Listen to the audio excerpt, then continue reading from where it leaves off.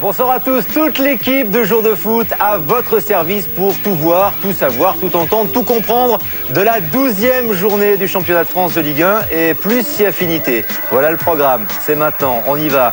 Avec la victoire de Lyon, vous l'avez vécu sur Canal, Paris et Bordeaux, les Dauphins qui n'ont plus le droit à l'erreur ce soir, Paris qui reçoit Nancy, Bordeaux qui se déplace à Toulouse, c'est le derby de la Garonne, on va suivre évidemment également Lille-Nantes. Et Nice-Auxerre. Et puis demain, tous les résumés dans Jour de Foot à 20h40 pour les rencontres de dimanche à 18h, notamment Sochaux-Monaco qui est à suivre sur Canal Plus Sport. Le grand match Canal, c'est bien sûr Saint-Étienne-Marseille, demain à 21h. Première destination de ce jour de sport ce soir, c'est Villeneuve d'Ascq qui nous appelle pour Lille-Nantes. Le LOSC qui reste sur une prestation encourageante en Ligue des Champions face à Manchester, mais qui craint les répliques de la fatigue face à une équipe nantaise qui a un petit moral. En effet, pas de victoire depuis 4 matchs de championnat. Sur place, Philippe Genin. Et méfiance quand même parce que ces Lillois, eux n'ont plus gagné maintenant depuis un mois exactement en championnat, même si les résultats sont quand même assez performants. Ils se font surprendre un petit peu ici par ces Nantais dès les premières minutes avec Diallo, puis Frédéric Darocha titulaire. Le jeu à la nantaise, on joue à une touche de balle, Diallo à la conclusion et Emers Faé, ça ne passe pas face à Tony Silva. Darocha à la manœuvre, puis Emers Faé qui est encore là pour tenter d'effacer Tony Silva. Il y a également Diallo, mais derrière la défense lilloise, Romagné une nouvelle fois résiste. Romagné parce que Schmitt est un petit peu blessé, il est absent ce soir en défense centrale. On retrouve tout simplement à sa place Vitakic. Derrière, Tavladeridis dégage, mais les coups francs se multiplient pour les Nantais avec Capou et la superbe envolée ici de Tony Silva, déjà impérial face à Manchester en Ligue des Champions il y a quelques jours. Regardez, là il se détend bien parce que c'était l'ouverture du score en faveur du Football Club de Nantes Atlantique. Les coups de pied arrêtés se multiplient, on vous l'a dit. Corner pour Frédéric Darocha. La tête magnifique de Mauro Seto, sauvé sur sa ligne par Taforo. Partie de billard devant la cage de Tony Silva. Là, les joueurs de Claude Puel s'en sortent bien, énormément même.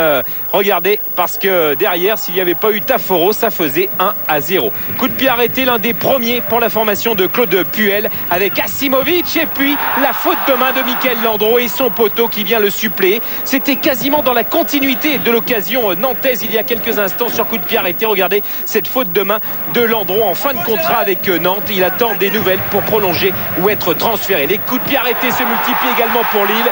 Cette fois, ça passe avec Dernis à la baguette et surtout Jean de Makoun qui marque son 4e but de la saison, le 4e de la tête. C'est décidément bien lui le meilleur réalisateur dans cet exercice pour notre championnat de France de Ligue 1.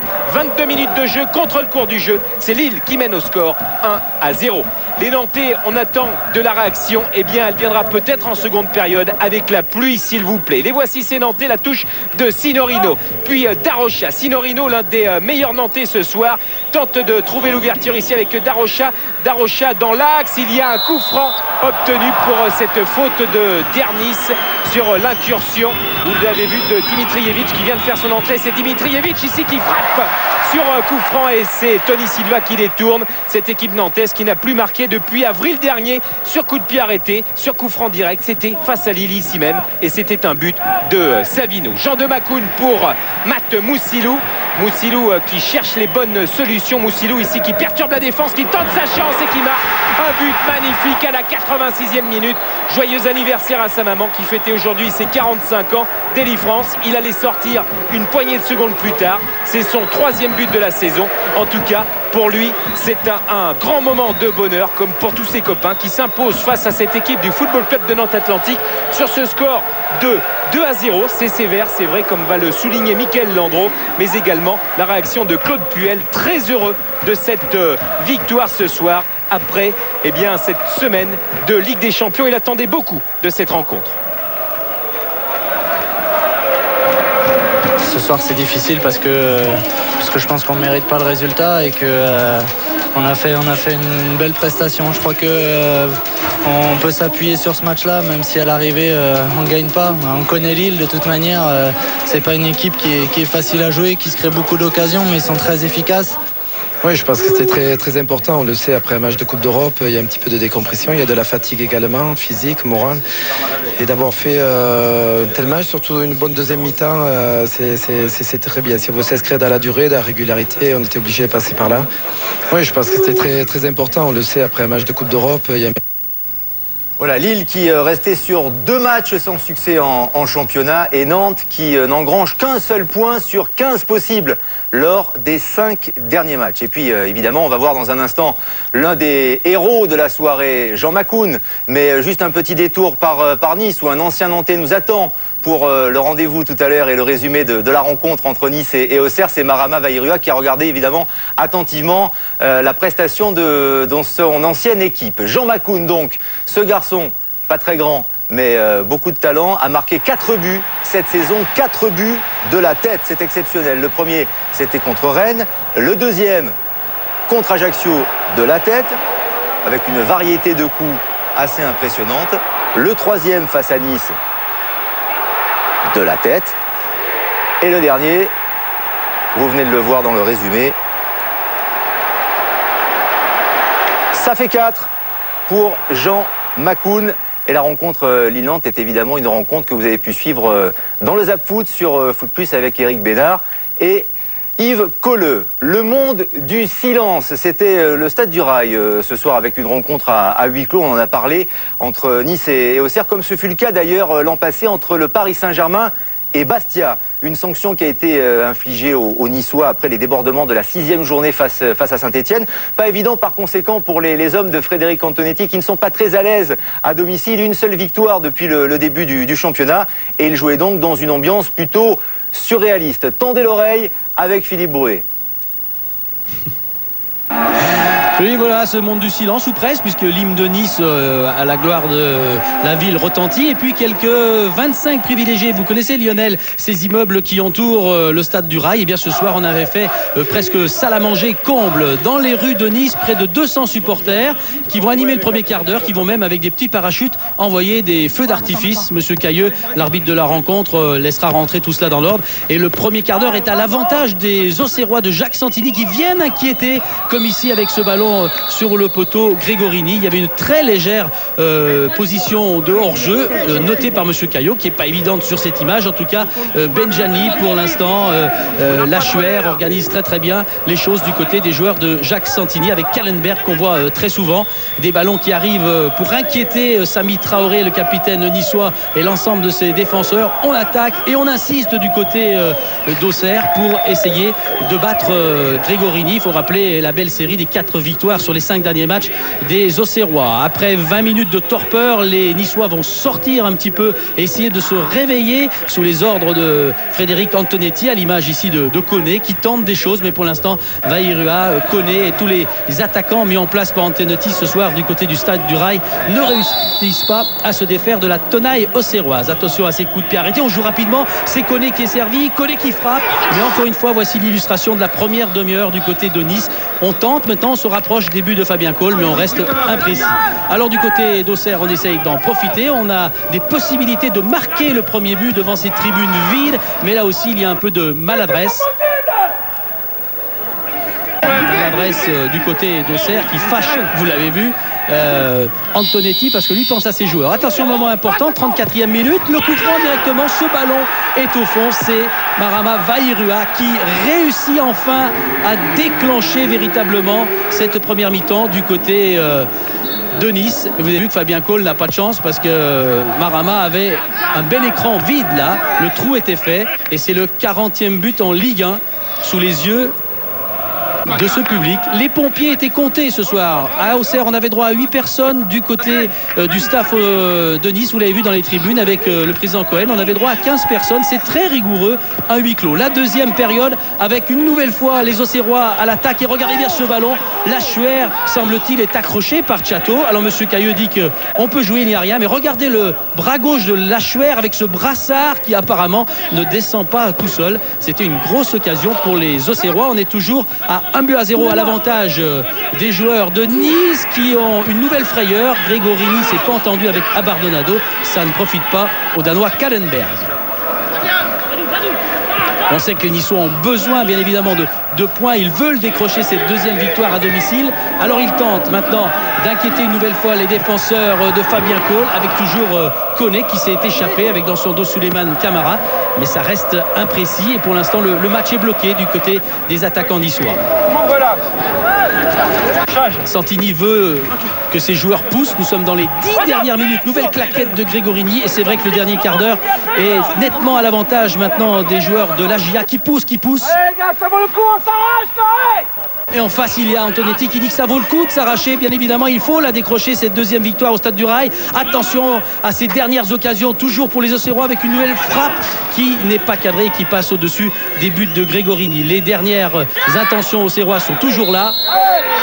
Mais ça se termine bien pour Antonetti qui peut enfin souffler. Et du côté des supporters des Vénards ce soir autour du Stade du Rail, on peut fêter enfin cette deuxième victoire. Santini, lui, n'est pas content de ses Auxerrois. Et quand on est quatrième du championnat, on doit donner un autre spectacle que mes joueurs ont démontré ce soir. Mais je ne suis pas trop déçu parce que à l'extérieur, mes joueurs n'assurent même pas le minimum, c'est-à-dire au moins de garder notre cage inviolée. Et j'espère que le point ou les 3 points qu'on aurait pu prendre avec un peu plus de conviction ce soir, même si les Niçois ont fait leur match, j'espère qu'on ne va pas le subir dans les prochaines semaines, d'autant plus qu'avec la réception de PSG et un déplacement à Geoffroy Guichard, ce seront des matchs encore d'une autre complication. Merci beaucoup. Merci. 4 défaites à l'extérieur, en 7 matchs à l'extérieur pour l'équipe d'Auxerre. Et le deuxième but cette saison pour Marama Vairua. Le premier, c'était déjà sur coup franc face à 3 au début de la saison. Donc le Tahitien a encore frappé. Marama Vairua, bonsoir. Félicitations déjà. Jouer à huis clos devant quasiment personne. Ça fait quoi ? C'est compliqué, c'est vraiment pas facile à gérer ces situations-là parce qu'on n'a pas l'habitude de jouer sans nos supporters et surtout que cette saison on a du mal à gagner, donc on avait absolument besoin de tout le monde ce soir. Mais bon, on a réussi à faire le match qu'il fallait, c'est-à-dire à marquer et ensuite tenir le coup jusqu'au bout parce que c'était pas une équipe facile à jouer ce soir. Marama, c'était la première fois dans votre carrière, qui commence à être longue, maintenant vous avez dépassé les 150 matchs en Ligue 1, que vous jouiez à huis clos. On va revoir cette image, parce que le coup franc, là, vous avez profité de ce trou béant. Est-ce que c'est quelque chose que vous travaillez vraiment à l'entraînement ? Ouais, c'est vrai que depuis que l'entraîneur est arrivé, il y tient beaucoup sur les coups de pied arrêtés, parce que c'est vrai que le football d'aujourd'hui, on a vu déjà avec Lyon que tellement compliqué à marquer dans le jeu que des coups de pied arrêtés sont très importants et donc on a beaucoup travaillé. Mais c'est vrai que ce soir aussi, c'est grâce à mes coéquipiers qui bougent bien l'angle de vue de Cole, donc j'ai la chance de bien la placer où je veux. Les Niçois, Frédéric Antonetti en tête, trouvent que vous n'êtes pas à votre place, vous devriez avoir 4-5 points de plus, c'est votre avis. Qu'est-ce qui manque à Nice pour monter un peu ? Il manque nos matchs perdus à domicile et parce que ce sont des points perdus bêtement. Il y a eu des situations, on va pas revenir, un peu compliquées. Surtout qu'on fait des bons matchs à l'extérieur, des bons résultats. Donc à la maison, ça aurait été bien de continuer sur nos lancers, cette lancée-là. Mais bon, voilà, c'est comme ça. Voilà, Lionel, une dernière info. Dans les rues de Nice, en ce moment, on fête la victoire aux alentours du Stade du Rail. Il y a beaucoup de forces de police, mais tout est calme. Et finalement, tout s'est bien passé dans ce match presque silencieux. Mais vous l'avez entendu, il y a eu quand même du bruit. Voilà. Oui, j'aimerais juste demander à Marama si ça lui a pas rappelé un peu son enfance, cette ambiance assez silencieuse. Est-ce que vous aviez l'impression de jouer avec vos copains dans la cour ? Si, c'est vrai, je disais justement à mes coéquipiers que ça me rappelait un peu mon pays quand je jouais, et encore, il y avait quelques supporters quand même, mais donc voilà, c'est l'occasion en plus que de leur passer un petit coucou à ma famille, à tout le monde, et surtout à l'oncle de ma femme, comme je l'ai dit, qui est malade, et donc je lui ai dédié ce but-là, et un gros bisou à toute ma famille. Merci Marama, et continuez à pagayer, bien sûr. En Ligue 1. Merci beaucoup et merci à Philippe Bruet. On enchaîne avec la rencontre que nous vous proposions sur Canal dès 17h15 cet après-midi. La rencontre des extrêmes, puisque le dernier, Metz, recevait le premier, Lyon. Pas de miracle, l'Olympique lyonnais s'est imposé 4-0 sous le regard avisé de notre consultant Giroud qui analyse cette rencontre comme chaque semaine. Mise en image Stéphane Misselin et montage Didier Delzor.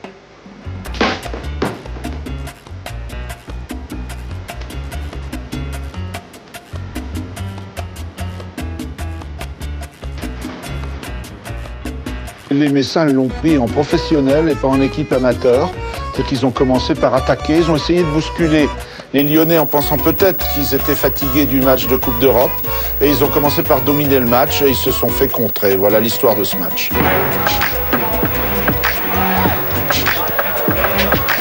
Attention, c'est parti à nouveau avec John Carou, toujours dans le dos.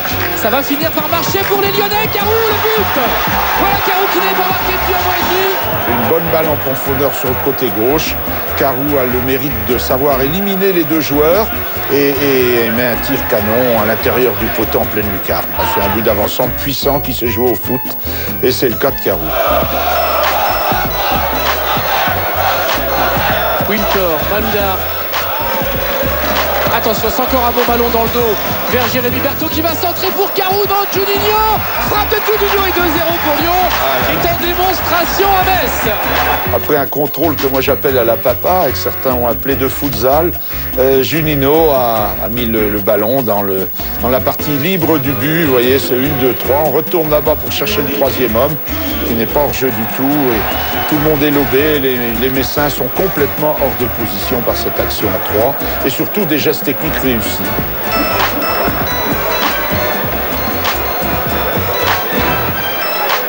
Et puis après, c'est une interception. Les Messins se font intercepter des balles parce que les Lyonnais sont attentifs.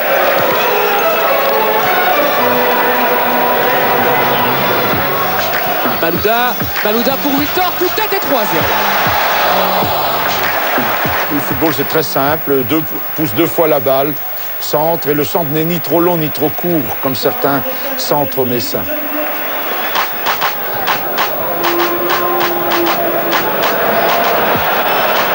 Les Lyonnais qui font peur en plus à l'adversaire. Attention à Florent Malouda. 4-0, oui, c'est cadré. 4-0.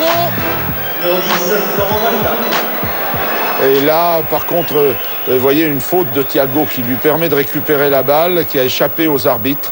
Et Malouda, lui, ne manque pas l'occasion. Il paraît que c'est son premier but. Eh bien, c'est pour ça qu'il est si content. Il y avait une énorme différence de potentiel entre les deux équipes. Et comme personne n'a triché, on a vu un beau match et un gros score.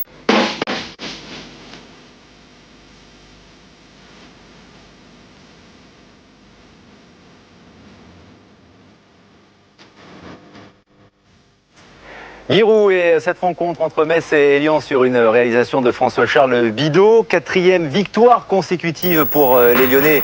C'est exceptionnel puisque ça n'était pas arrivé lors des titres précédents pour l'Olympique Lyonnais. Et une statistique inquiétante pour Metz, autant de points que de buts marqués, soit 4 points. Joël Muller, pour le coup, l'entraîneur lorrain, est particulièrement inquiet. Il s'est confié à Dominique Armand. Difficilement parce que je suis revenu avec plein d'attention à Metz.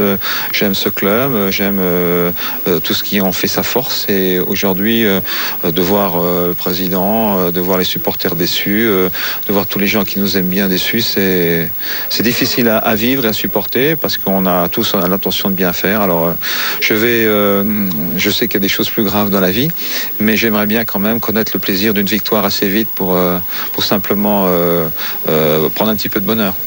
Situation critique pour le FC Metz. Regardez le tableau que nous propose Eric Souriou, tableau des records des plus mauvais départs après 12 journées. C'est Brest qui le détient avec ce résultat de 2 points seulement en 79-80. Mais Metz est en situation délicate puisque les 3 clubs, vous le voyez, qui avaient engrangé le même nombre de points, sont descendus. Toulouse-Bordeaux maintenant, c'est le derby de la Garonne. 2 équipes refroidies par Nancy et Sochaux le week-end dernier. Les Girondins, 2e ex-aequo avec Paris, s'apprêtent à vivre un rendez-vous particulier. Bonsoir Xavier Giraudon et Guy Lacombe. C'est vrai que ce Toulouse-Bordeaux, c'est toujours quelque chose. Oui, c'est vrai qu'on n'est pas dans l'opposition entre Saint-Etienne et Lyon, ni Lille-Lens, mais c'est vrai qu'il y a une compétition économique entre les deux villes. Sportivement, au niveau du rugby, c'est Toulouse qui domine. Au niveau du football, ce sont les Girondins de Bordeaux. Mais depuis quelques années, sur les 4 derniers derbys, le Toulouse version Sadran remporté 3 victoires. Alors, est-ce que Toulouse a gardé sa domination régionale sur les Girondins de Bordeaux ou est-ce que ça a été inversé? La réponse est tout de suite en images. On part du côté du stadium pour voir ce qui s'est passé ce soir avec l'Aslan titulaire à la place de Darcheville et des Toulousains qui avaient prévenu on va presser les Bordelais pour d'entrée jauger un peu leur qualité. Et tout de suite Morera, comme souvent, qui met Toulouse dans le sens du jeu. Oui, Moreira qui est auteur des 2 derniers buts pour Toulouse et effectivement met de la percussion dans la partie. Bordeaux finalement qui a peu le ballon dans l'entrejeu, qui se fait prendre dans le dos, comme l'avait dit d'ailleurs Daniel Moreira avant le match. On va essayer de trouver des espaces dans le dos des défenseurs girondins. C'est lui qui est au départ de l'action, la remise derrière Ebergognou qui ne peut cadrer sa frappe. Les Toulousains, encore une fois, on est toujours quasiment dans ce premier quart d'heure où on voit une équipe haut-garonnaise dominée, surtout arriver à changer le jeu de la droite vers la gauche. Jérémy Mathieu a bien vu la position de Moreira et de Santos. La volée de Santos, elle est belle. Toujours pas de premier but au stadium pour le Brésilien. Quelle volée et quel arrêt de Ramé. Oui, action remarquable des Toulousains. Un changement de jeu aveugle de Lolo Batles. Changement également, un centre de Mathieu. Une très très belle reprise de Santos et un arrêt magnifique de Ramé. Et les Bordelais, me diriez-vous, il faut attendre une demi-heure pour voir l'ouverture de Denilson pour Chamac entre Aubet et Arribagé. Chamac qui n'a toujours pas, semble-t-il, digéré ce revers douloureux, l'élimination en Coupe du Monde avec le Maroc, et le retour bienvenu de Dominique Arribagé qui apporte son expérience aux Toulousains, eux qui ont pris beaucoup de buts cette saison sur des erreurs individuelles. On se dit qu'on va arriver à la pause sur ce 0-0. Ballon pour Moreira à l'extrême limite du hors-jeu. Le contrôle de la tête est parfait et le Scorpion a encore frappé. Beaucoup auraient cherché le dribble. Le centre, lui, est un vrai buteur à l'extrême limite du hors-jeu, mais on le verra tout à l'heure, couvert par Marc Planus, le petit ballon de la tête et le geste technique de qualité. Ouais, geste remarquable après un appel remarquable également, et surtout il se sert du défenseur pour le bloquer et là il fait le geste parfait au deuxième poteau. 61e but, son 3e cette saison de Moreira, qui derrière joue les acteurs en vogue pour surfer victorieusement dans la surface girondine. Lui qui voit vraiment Toulouse européen dans les 3 années à venir, le tout sous les yeux d'un Toulousain bordelais, Alain Giresse, qui voit 2 Girondins rentrer, Dercheville et Francia, qui frappe ce corner. On joue depuis 2 minutes en deuxième mi-temps. La volée de David Gemali, c'était dur en reculant, il va se blesser quelque peu et souffrira tout au long de la rencontre. Juan Pablo Francia, il a peu joué jusqu'alors, on le retrouve côté droit, on joue depuis 50 minutes. Le centre de Francia et la sortie bienvenue de Revaux. Oui, une très bonne sortie heureusement, mais derrière il y a ce coup franc pour les Girondins. 56e minute, vous nous l'avez dit en direct, Juan Pablo Francia, c'est un spécialiste de ce genre d'exercice et c'est lui qui enroule ce ballon merveilleusement, avec un petit comparatif avec un illustre Brésilien d'ailleurs. Oui, il fait un coup franc à la raille et effectivement il fait semblant de tirer côté droit et il le met côté gauche. C'est un geste technique d'une rare pureté. Voilà une égalisation en tout cas qui sanctionne un bon quart d'heure et encore un bon coaching de la part de Ricardo, qui avait fait rentrer Alonso face à Sochaux. Il avait marqué, il fait rentrer Francia, c'est lui qui marque. Derrière, nouveau coup franc, c'est quasiment dans la minute qui suit, c'est Laurent Batles pour le frapper. Là aussi c'est une tactique préparée à l'entraînement et le leur au centre a failli marcher. Oui, c'est un travail de stratégie. Effectivement, tout le bloc attire les Bordelais. Santos est au deuxième poteau. Malheureusement, il ne cadre pas sa frappe. Dès lors, les Girondins ont fait le plus difficile, ils sont revenus au score. Et Santos, qui a du mal à être alerté dans la surface, eh bien, n'hésite pas à décrocher pour tenter de marquer ce premier but au stadium. Cette frappe passe à côté. Les Bordelais, finalement, vont être un petit peu moins dangereux en fin de rencontre. Faubert est rentré. Un nul ici serait quand même une bonne opération. Jurietti dans la surface, il avait le choix entre le centre ou le tir. C'est un petit peu des deux. Il était en bout de course. Dommage parce qu'il y avait du monde au centre. Oui, il y avait du monde au deuxième poteau, mais malheureusement, il ne le voit pas. Donc, il essaye de frapper au but. La colère d'Éric Mombert serait démonstrative parce que Toulouse a du mal à utiliser ses ballons de contre. Il y a des espaces. Moreira, le buteur, se met en passeur. Albin Bondo a levé la tête. Pierre Santos au premier poteau. Il y avait surtout au point de pénalty Laurent Batles. C'était peut-être le choix à faire. Oui, 88e, les joueurs sont fatigués. Effectivement, on voit bien que Bondo fait un très bon appel de balle. Il veut mettre le ballon entre le gardien alors que Laurent Batles était en position de recevoir une offrande capitale. Et Toulouse donc qui ne perd pas contre son voisin bordelais. C'est aussi le 9e match sans défaite pour les Girondins. Score nul 1 partout entre Toulouse et Bordeaux. Alors on va donc analyser cette rencontre. On va d'abord revenir sur ce qui a pu être un incident de jeu. Y avait-il ou non hors-jeu tout à l'heure sur l'ouverture d'Ebondo à destination de Moreira. On a calé une double image au départ avec une image arrêtée sur Ebondo et sur l'appel de balle de Moreira. Regardez ce que ça donne. C'est en temps réel. Le ballon est dans les pieds d'Ebondo. Guy. Ouais, c'est justifié, il y a un hors-jeu, il n'y a pas de tout hors-jeu puisque Planus couvre complètement l'appel de Daniel Moreira. C'est très bien arbitré. Et derrière le travail de Daniel Moreira, un nul logique pour vous ? Oui, c'est un nul logique parce que Bordeaux était en demi-teinte en première période.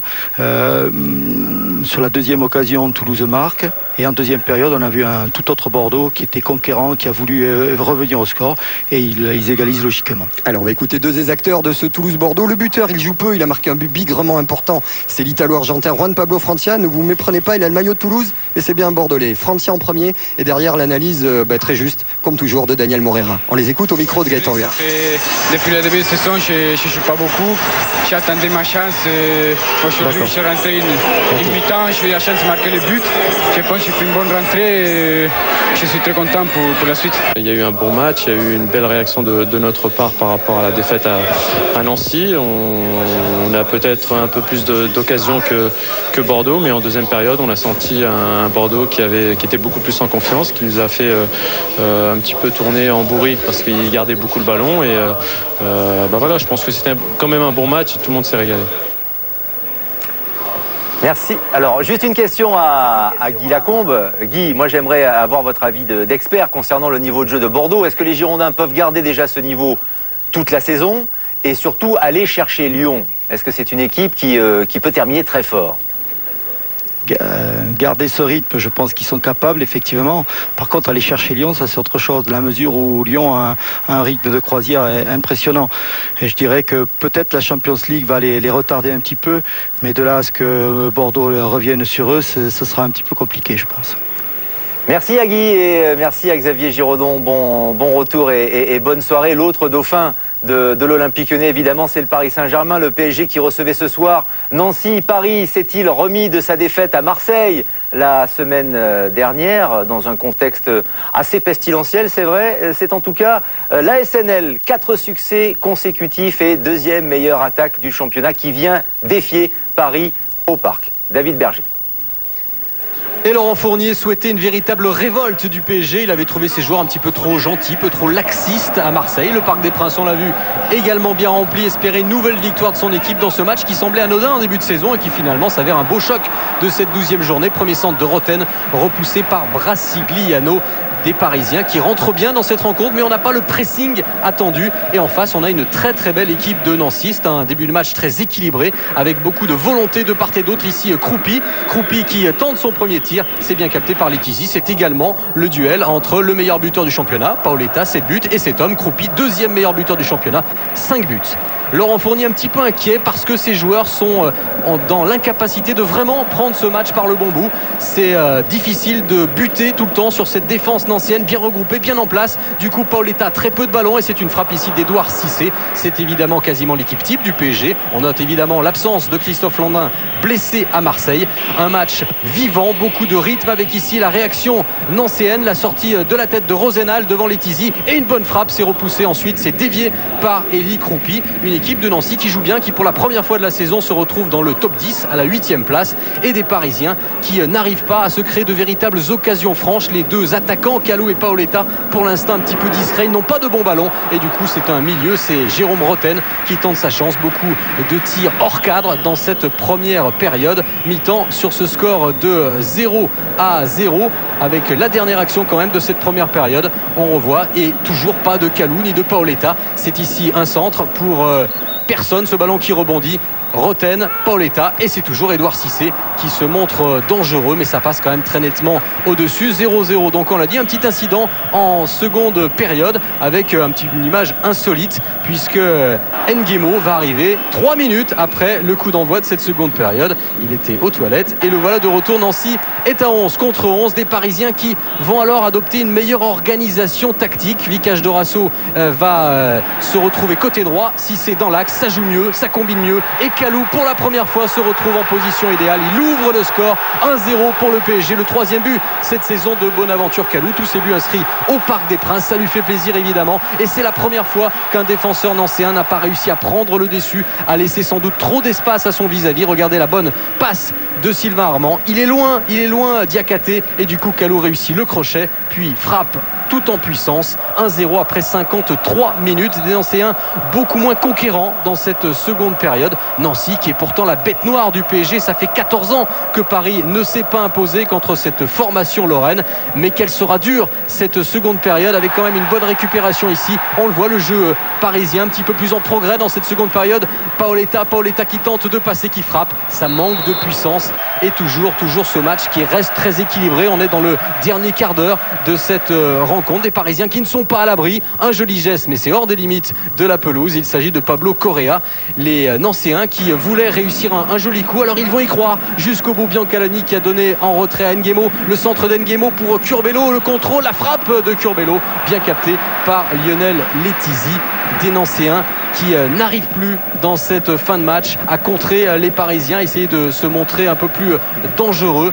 Et Paris qui va gérer cette fin de match avec Lionel Letizy qui capte ce ballon, qui n'a pas eu beaucoup de travail finalement à accomplir. Pablo Correa qui demande encore à ses joueurs d'y croire jusqu'au bout, et ça contraste avec l'agacement de Laurent Fournier qui n'est pas satisfait du jeu fourni par son équipe. Et pourtant, pour l'instant, le PSG tient sa victoire. Ce serait également la 4e défaite pour Nancy, à chaque fois en déplacement sur ce score de 1-0. Dernière offensive dans le temps additionnel, c'est Paoletta qui décidément n'a pas été en réussite aujourd'hui, mais l'essentiel est quand même acquis pour le PSG qui a réussi à digérer, à effacer la défaite à Marseille le week-end dernier sans vraiment convaincre. Le PSG reste tout de même intraitable à domicile et s'impose 1-0. On va écouter la réaction forcément déçue au micro de Lucien Dabila de Pablo Correa, l'entraîneur nancéen. Oui, on est déçu parce qu'on perd pour la plus petite des scores et on perd sur un bon coup de Kalou, et pour autant on avait prévenu ça. Mais c'est un goût inachevé en fait, parce qu'on n'a pas tenté, on n'a pas osé, surtout en première mi-temps, on était trop nerveux. C'est vrai qu'il faut beaucoup plus pour venir à sortir quelque chose d'ici des parcs. Et la fin de série donc pour l'AS Nancy-Lorraine, mais enfin le bilan est satisfaisant pour l'instant, et des chiffres très impressionnants pour le Paris Saint-Germain à domicile. 18 points sur 21 possibles engrangés par le PSG au Parc des Princes. Le PSG qui marque toujours au Parc. Il y a juste eu cette anicroche, cette défaite à Nice, face à Nice au Parc des Princes. On va rester d'ailleurs au Parc avec David Berger qui est en compagnie du sauveur Bonaventure Kalou, qui n'avait plus marqué depuis le 10 septembre. C'était face à Strasbourg, David. Oui, Lionel, en compagnie du buteur de la soirée, Bonaventure Kalou. Bonaventure, on attendait une révolte du Paris Saint-Germain. Il n'y en a pas vraiment eu une. Ça a été une victoire difficile quand même, dans la douleur. Oui, on a gagné dans la douleur ce soir. On s'attendait à un match assez difficile, parce que Nancy, c'est une équipe quand même qui restait sur 4 victoires d'affilée. Donc on s'attendait à un match très très dur, et en tout cas ils nous ont posé pas mal de problèmes, mais le plus important ce soir c'était de gagner. Et pour vous c'est un 3e but de la saison, pourtant vous n'avez pas eu beaucoup de ballons aujourd'hui.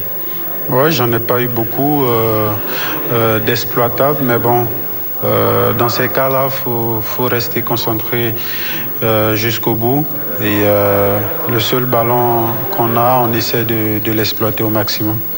On sait que vous avez passé une soirée difficile d'un point de vue personnel la semaine dernière à Marseille. Est-ce qu'il y avait une revanche particulière pour vous aujourd'hui ?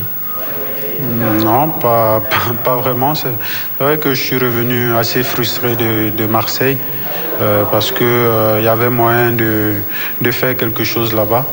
Et j'étais assez déçu, mais bon, le plus important pour moi reste toujours le match suivant. Je ne m'attarde pas sur ce qui est passé.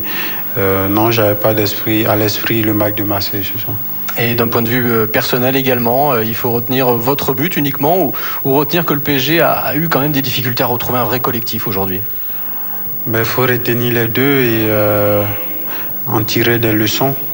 C'est vrai qu'on n'a pas été fameux ce soir, mais bon, à la mi-temps, l'entraîneur nous a un peu remonté les bretelles, parce que même quand on traverse un soir difficile, faut qu'il y ait un peu d'engagement. Il n'y en avait pas en première mi-temps, mais en deuxième mi-temps, on a essayé de remettre les choses en place, d'avoir un peu plus de combativité, et ça a payé.